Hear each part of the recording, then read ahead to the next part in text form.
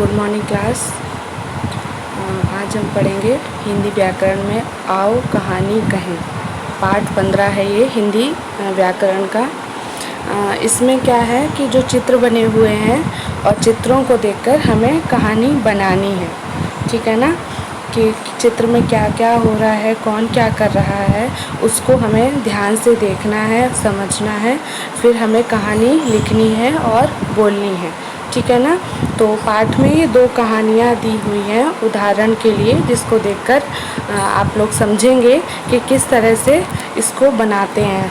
तो वो हम पढ़ते हैं। पहली कहानी है मूर्ख कौआ। ठीक है ना। यहाँ देखो चित्र ध्यान से, एक कौए का चित्र बना है इस साइड और एक लोमड़ी का चित्र बना हुआ है। ठीक है। अब हम देखते हैं कि कहानी में एक कौआ है और लोमड़ी है और इन दोनों के बीच क्या बातें होती हैं और क्या काम होता है। ठीक है। एक कौआ था, एक बार उसे एक रोटी का टुकड़ा मिला। कौआ को क्या था, एक कौआ था, ये हम पहले ही जान गए, और उसे एक रोटी का टुकड़ा मिला। वह रोटी का टुकड़ा लेकर पेड़ पर जा बैठा। तभी वहाँ एक लोमड़ी आ पहुँची।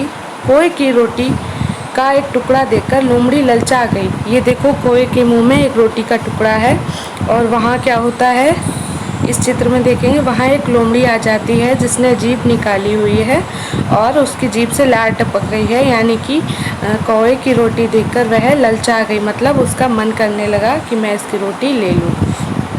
ठीक है। अब आगे देखते हैं। उसने कोए से कहा, भैया कोए, तुम्हारे गाने की बड़ी तारीफ सुनी है, एक गाना तो सुनाओ जरा।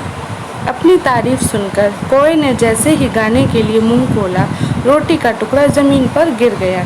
हम सभी जानते हैं कि कौआ गाना नहीं गा सकता। वह जब बोलता है तभी बहुत कड़वी आवाज़ में बोलता है और वह उसको गाना नहीं आता है। लोमड़ी क्या करती है, उसकी झूठी तारीफ करती है ताकि जब वो गाना गाने के लिए अपना मुंह खोले तो रोटी का टुकड़ा नीचे गिर जाए और लोमड़ी उसको उठाकर ले ले। यहाँ देखो, कोए ने मुंह खोला है और रोटी का टुकड़ा नीचे गिर रहा है। लोमड़ी उस टुकड़े को उठाने के लिए अपना मुंह खोल रही है। लोमड़ी ने झट से रोटी का टुकड़ा उठाया और भाग गई। मूर्ख कौआ कुछ नहीं कर सका, बस काँव काँव करता रह गया, क्योंकि कोए को तो गाना आता ही नहीं, काँव काँव करता है वो, और रोटी उसकी चली गई, फिर वो कुछ नहीं कर पाया और काँव काँव करता रह गया। इस कहानी से हमें क्या सीख मिलती है, हमें झूठी तारीफ से बचना चाहिए। ठीक है ना, हमें किसी की झूठी तारीफ पर विश्वास नहीं करना चाहिए। अब हम इसी तरह से अगली कहानी देखते हैं। इसको भी हम इसी तरह देखेंगे चित्रों के माध्यम से। यहाँ कछुआ और खरगोश। कहानी किसके बीच है, कछुआ और खरगोश। यहाँ देखिए कछुए का चित्र बना है और ये इधर खरगोश का। ठीक है। एक बार कछुए और खरगोश में शर्त लगी कि कौन तेज़ दौड़ता है। एक जगह तय कर दी गई, वहाँ जो पहले पहुँचेगा उसी की जीत होगी। खरगोश को अपनी तेज चाल पर बहुत घमंड था। क्या हुआ, एक बार कछुए और खरगोश में शर्त लगी कि कौन तेज़ दौड़ सकता है और उन्होंने एक जगह निश्चित कर ली आगे को दौड़ने के लिए कि वहाँ तक जो भी पहुँच जाएगा पहले वह जीत जाएगा। ये देखो, यहाँ दोनों में बातें हो रही हैं कि यहाँ से शुरू करते हैं ये दौड़ना। ठीक है। और खरगोश जो था उसको अपनी तेज़ चाल पर, खरगोश कछुआ सभी जानते हैं कि बहुत धीरे धीरे चलता है और खरगोश तेज़ दौड़ सकता है, और इसी बात का उसे बहुत घमंड था। फिर क्या था, दौड़ शुरू हुई। कछुआ तो धीमी गति से चलता था, खरगोश तेज़ दौड़ा और कछुए को बहुत पीछे देखकर एक पेड़ के नीचे सो गया। यहाँ देखो, जब दोनों शुरू हुए थे तो कछुआ तो अपना धीरे धीरे से आ रहा है, ये देखो पीछे। ठीक है। और खरगोश क्या करता है, बहुत तेज़ी से भाग के आगे निकल आता है।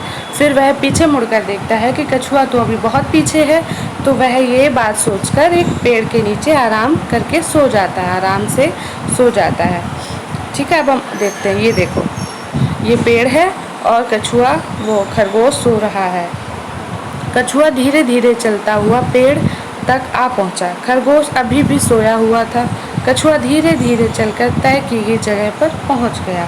ये देखो, यहाँ पर वो सो रहा है खरगोश, और कछुआ क्या करता है, धीरे धीरे, क्योंकि कछुआ एक भी बार रुकता नहीं है और वह चलता चलता आगे निकल आता है और खरगोश सोता रह जाता है। जब खरगोश की नींद खुली तब वह तेज भागा, पर कछुआ वहाँ पहले ही पहुँच चुका था। बच्चों, आप समझ ही गए होंगे कि जीत किसकी हुई। आप सही समझे, कछुए की। ठीक है ना। ये देखो, ये जगह निश्चित की गई थी यहाँ पे।